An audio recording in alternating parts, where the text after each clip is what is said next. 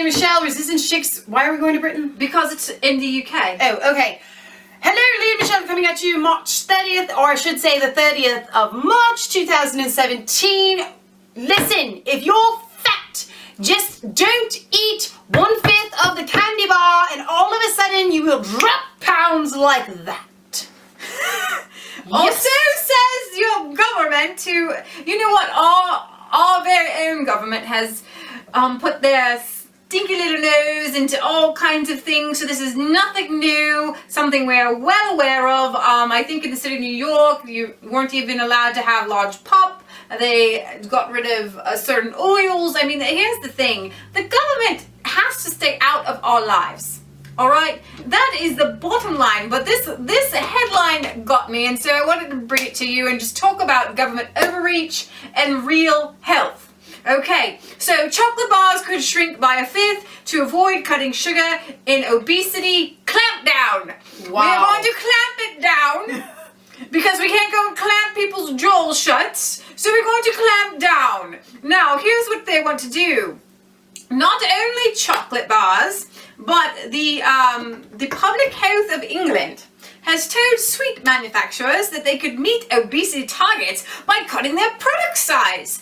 Today, the PHE published new guidelines which call on food manufacturers to reduce the sugar content of cereals, breakfast foods, yogurts, biscuits, ice cream, sweet spreads, and confectionery by 20% by 2020. It's a very good goal, I think. I think that was for them to be able to remember it, 20 by 2020, Yes. in case you're a little slow. The cuts are intended to reduce the number of children who are overweight or obese by the end of the decade and take 200,000 tons of sugar out of the British diet each year.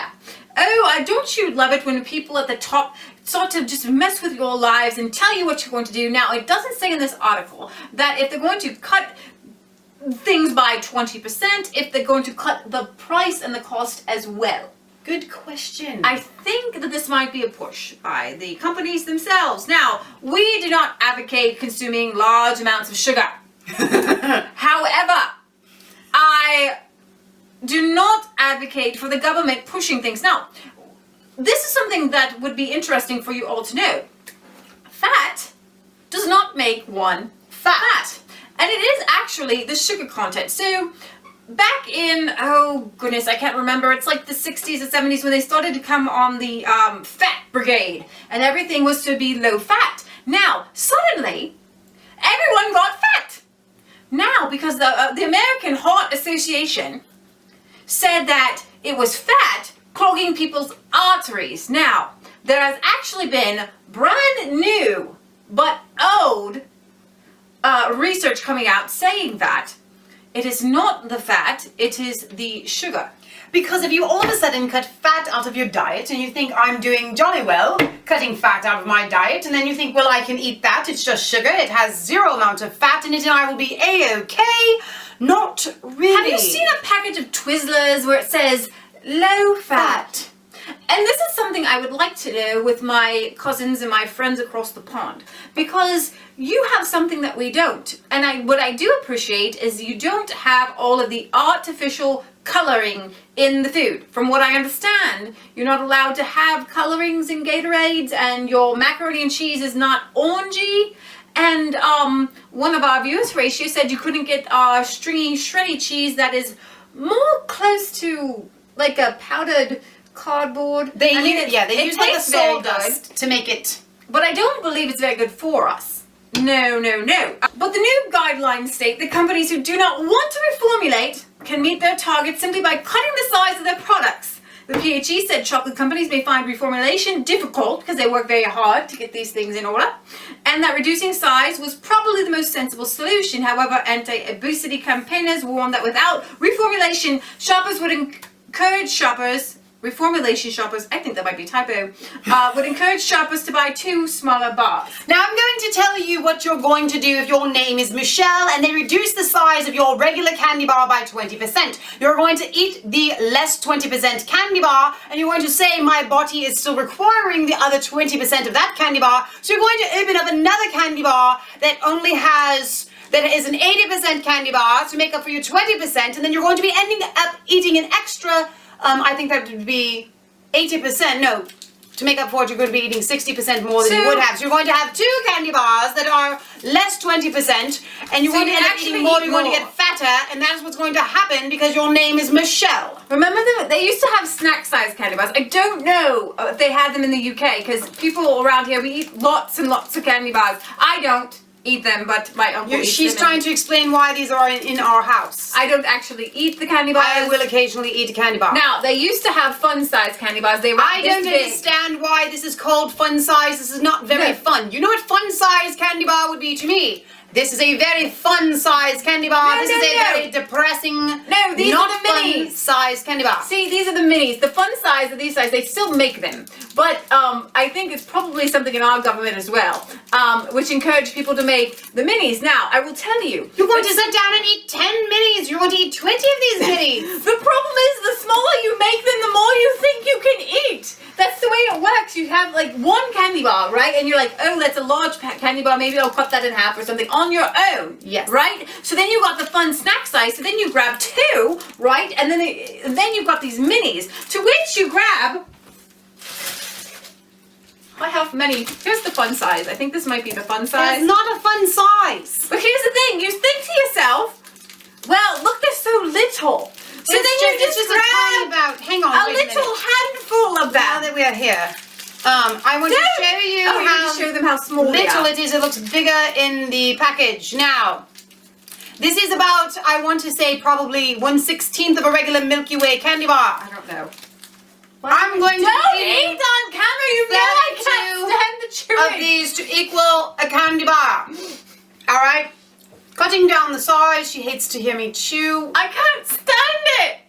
It's the chewing. It's Cutting like down the nails size on a is not going chalkboard. to cure the problem. I'm going to tell you what is going to cure the problem. Getting people back to the farms. We've said this 100 times. Getting people back to raw milk.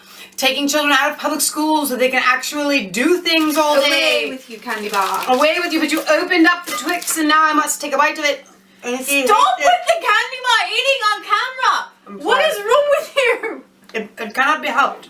I have to, this is called exhibiting. But you know I have to cover my ears each time you I think that chew there's a with your psychological mouth. disorder of somebody that cannot stand to hear somebody There chew. is a thing. It's a thing. It's a thing. I know it's a thing. So All right, anyway. back to the article. Yes. Okay. Now that we've had our candy bar, I'm going to just suck on this so she can't hear me chew. Simply downsizing sugary food is not the answer. Of the 4 options given to the industry to remove 20% sugar from their products, downsizing runs the real risk that people will buy 2 of whatever the product is and eat substantially more. Exactly what I just said. So now they want to go to companies who have formulated things and make them change them up. Now, I don't appreciate the government involved in our lives at all. I think that we need to get out of our box and we need to think beyond ourselves and beyond the government telling us what to do. But I do think that this whole thing is quite funny. Sugar tax is a sugar tax and oh, these things. Childhood obesity. Here's the thing. Obesity is a real issue, and I absolutely hate what people do with fat shaming and making fun of people because there's, as we've talked about it, there's been a systematic change in what people eat, in the way people eat. And not only the way that the people eat, but in society as a whole, the way we live. Right. You know? We're very sedentary. And when we're buying things on Amazon, right? So you don't actually have to go out to the store to walk around the store. There's all these Right. little things you don't take into account. And it's not exactly the food we're eating, it's the lifestyles we're living. Right. Just from making your own food at home actually burns a few calories. The little Well, it things burns you know. a lot of calories. But what I wanted to talk about, when you talk about fat content versus sugar and things like that, there's a huge push for low-fat foods and skim milk. Right. But you actually need the fat content in milk to digest the milk. Right. And so it's A lot of not... people that are lactose intolerant can drink raw milk, Right. especially A2 raw milk, because it has the Especially- fat content in it and stuff. Right, exactly. And so one of the things people always say, the French eat so much butter, but they're not overweight. And I have to say that over in Europe, there's a lot more raw products, a lot more raw cheeses, and things like that, which are really good for your digestion. People walk more, which is healthier and things like that. So that's good. But this is a whole encompassing thing, and just taking some sugar out. is not going to solve the problem. What I see here is they've created the problem, And now they're it's just like- throwing darts at a dartboard as far as how to fix it, instead of just going back and The food pyramid reneging. is government mandated. In the We already United had the States, government in. I don't know that the UK is familiar with our So we had this food pyramid where we learned to eat all these grains, starchy grains, at the bottom of the pyramid. right? And that's just not the way we should live, and especially not white bread that doesn't have the bleach wheat. flour. Yeah, and so there's so many different things that go into this.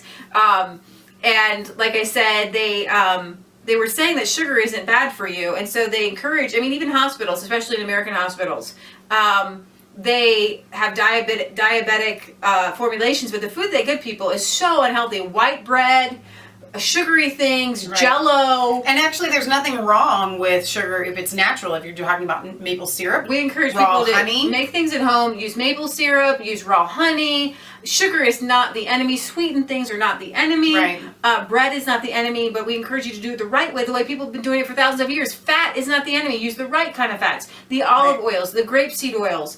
And more coconut importantly than oils. anything, here's what we're talking about is these, it's okay to have the candy bar every once in a while. Right. But we've developed a society all around the world, in, I would say, civilized, but I consider them uncivilized, where everything is pre-manufactured. Prepackaged. And so it's okay to eat them a little bit, but mostly you need to be eating meals that are prepared at home from scratch, not from a box. You know, I think a lot of people, they open up a box of Hamburger Helper and they think all of a sudden, look, I made dinner, I made from scratch. It tastes homemade, but there's so much in there Chemicals, that's it's not terrible. nutrients. Yeah. What we need is not a society that a government or whatever that imposes rules and regulations, but we need a society and a government that encourages and promotes healthy lifestyles When you and have healthy communities cooking. that outlaw keeping chickens, and then you have the government trying to control sugar,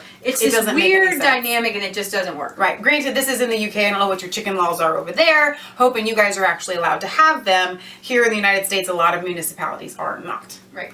So, all right, this is Leah and Michelle signing off for Resistance Chicks, where it's not a conspiracy theory. They're trying to take away y'all's sugar. Don't forget to like, comment, and subscribe to Mass Faith 3 and Resistance Chicks. Ring the bell for notifications and find us on Facebook and Twitter. And don't forget to eat the entire candy bar. No. Including Please don't the do it. 20% Please that they don't want do to it. take away from you.